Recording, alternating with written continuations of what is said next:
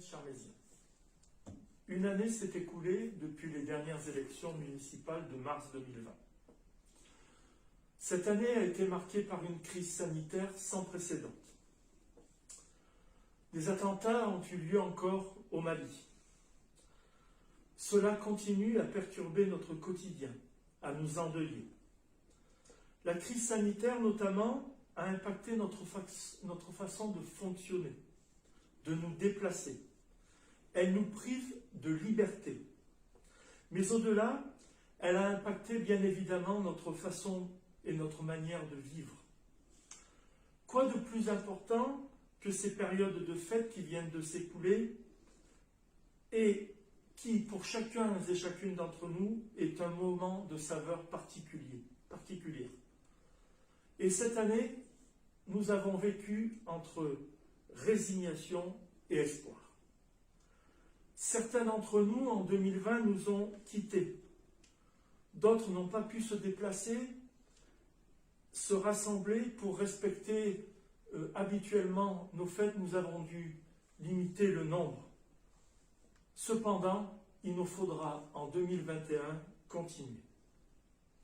Depuis le mois de mars 2020, la première période de confinement, une grande partie de nos moments de rassemblement se sont vus annulés, qu'ils soient nationaux ou bien évidemment communaux, mettant entre parenthèses nos vies associatives.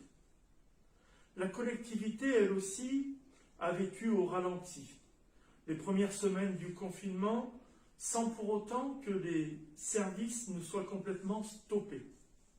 L'administration générale ainsi que les services techniques ont pu fonctionner pour faire le lien avec votre collectivité et les administrés. Les agents se sont investis auprès des personnes les plus vulnérables ou en difficulté, de faire en sorte qu'elles ne soient pas oubliées. D'autres ont continué à travailler sur place dans les locaux municipaux ou en télétravail. Je tiens d'ailleurs à remercier très sincèrement tous les employés communaux pour leur dévouement pendant cette période et qui continue encore aujourd'hui, cette période fragile et de crise sanitaire. Ils ne sont pas les seuls.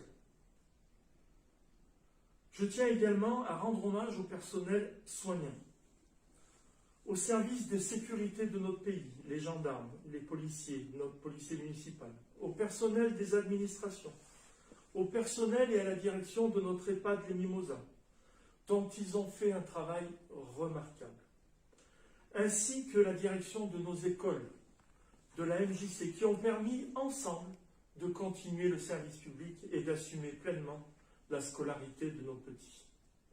Toutes ces personnes ont œuvré et œuvrent encore pour que le service public fonctionne. Et je tiens à associer à ces hommages tous les membres du conseil municipal. Si certains ont eu la chance de travailler, d'autres ne l'ont pas eu. J'ai donc une pensée envers nos commerçants et nos restaurateurs. Nos restaurateurs sont frappés de plein fouet par des mesures de fermeture, sont frappés de plein fouet par des conditions exigeantes. Ne croyez-vous pas que l'on se soit mis en cause lorsqu'on sait que la cantine de votre municipalité est ouverte et que le restaurant qui se situe à quelques pas doit être formé? Comment ne pas être interrogé? Comment ne pas se poser la question d'un manque de discernement? Bref, toutes ces questions, votre maire et votre conseil municipal se les ont posées. La période qui s'annonce pour 2021 ne laisse guère présager d'espoir. Mais il faut se battre. Il faut avoir espoir. Nous voulons y croire. Et je souhaite que nous puissions, ensemble, retrouver le goût d'autrefois. Je lance donc pour cette nouvelle année un message d'espoir pour chacune et chacun d'entre vous, pour que nous puissions retrouver nos vies d'antan, échanger autour d'un verre à la terrasse d'un café, d'un commerce, autour d'une table dans nos foyers respectifs, dans la rue, dans nos espaces publics. Voilà quel est notre espoir aujourd'hui. Cette année marquée par la crise a modifié le calendrier de nos projets. Nombre d'entre eux sont repoussés. Je prends l'exemple de la Cité des Mômes.